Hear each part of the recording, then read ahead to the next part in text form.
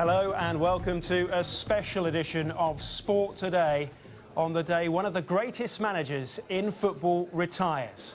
Manchester United's manager Sir Alex Ferguson has called it a day after 26 seasons with the club.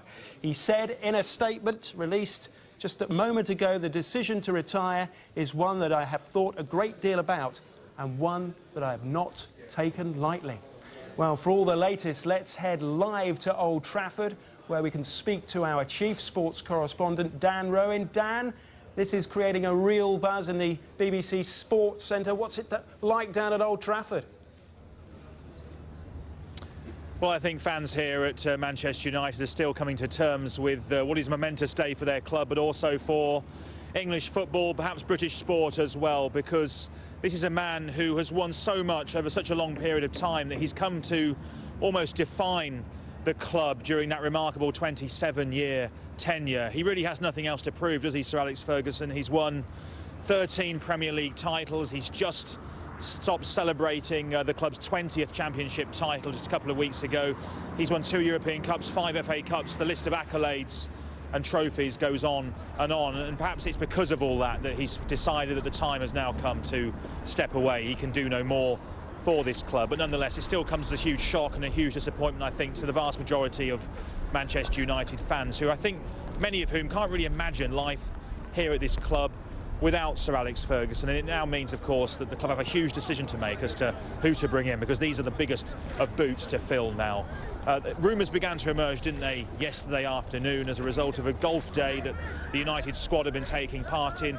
Before that, large amounts of money had been placed on David Moyes at the bookmakers, the Everton manager, to succeed Sir Alex Ferguson, and so naturally speculation intensified. United had to say something this morning. They had to clarify the situation. They couldn't allow the uncertainty to continue.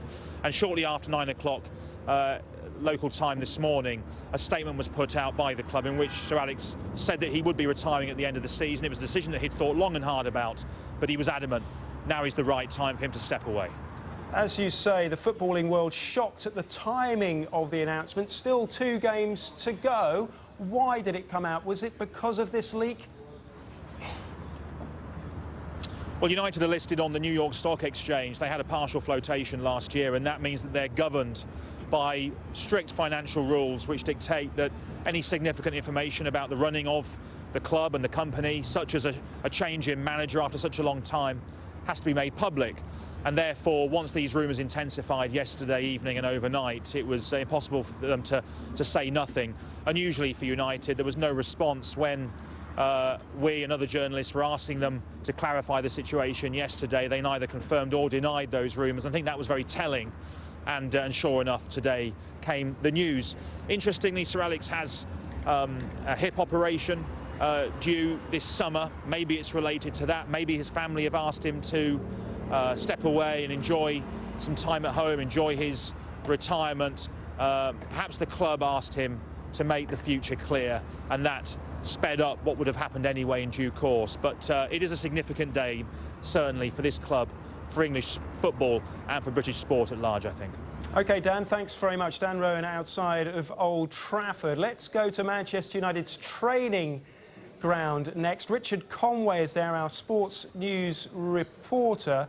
This is more than just a football manager leaving a club, isn't it? This is like a father figure leaving a family. Yeah, Chris, it is, and it is the end of an era for English football. You know, Sir Alex Ferguson, quite simply, has dominated the game in a way that few other managers have. You'd have to look to the likes of Bill Shankly, perhaps at Liverpool, or Bob Paisley, perhaps, as rivals to him. But as I stand here now at Carrington, on the outskirts of Manchester, behind me you can see through those trees is Manchester United's training ground. Sir Alex Ferguson arrived here very early this morning. He was at his desk by 7 a.m. and then we saw the players starting to arrive. Those big-name players that are in that current squad at the moment all arrived one by one in their cars, and we understand that they were told the news by Sir Alex Ferguson this morning once they had all assembled. Now, that news will be sinking in to some of those players. Players, of course, like Ryan Giggs, like Paul Scholes, players that have known nobody other than Sir Alex Ferguson as manager of Manchester United, and they must now, like everybody else in the world of football, get used to the idea that Manchester United will be managed by a new man next season, but we don't know who that new man will be just yet. I think some people, some of the players at least at Manchester United will find this hard to deal with as well. Players like Wayne Rooney, who was brought up by Sir Alex, if you like, and Ryan Giggs, who spent his whole life at Manchester United with Sir Alex Ferguson. What are these players going to do next?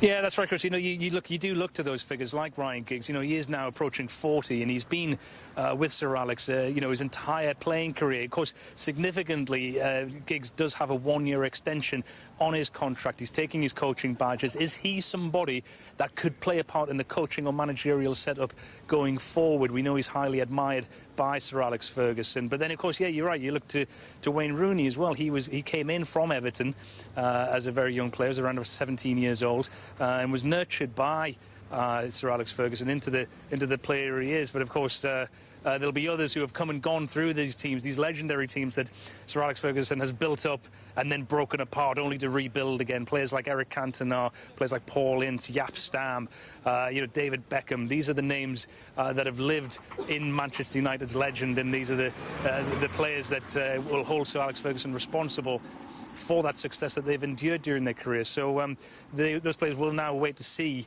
those current players, who will come in and replace him here. He has certainly filled a role in English football that will be very hard to equal, perhaps impossible to surpass. Richard Conway, our sports news reporter, live for you outside of Manchester United's training ground, Carrington. If you're just joining us, this is a special edition of Sport Today on BBC World News. On the day Sir Alex Ferguson retired, let's remind ourselves of Ferguson's time at United. He joined way back in 1986, of course. He won the club's first league title since 1967 in 1993. Bettered that a year later, winning the first league and FA Cup doubles.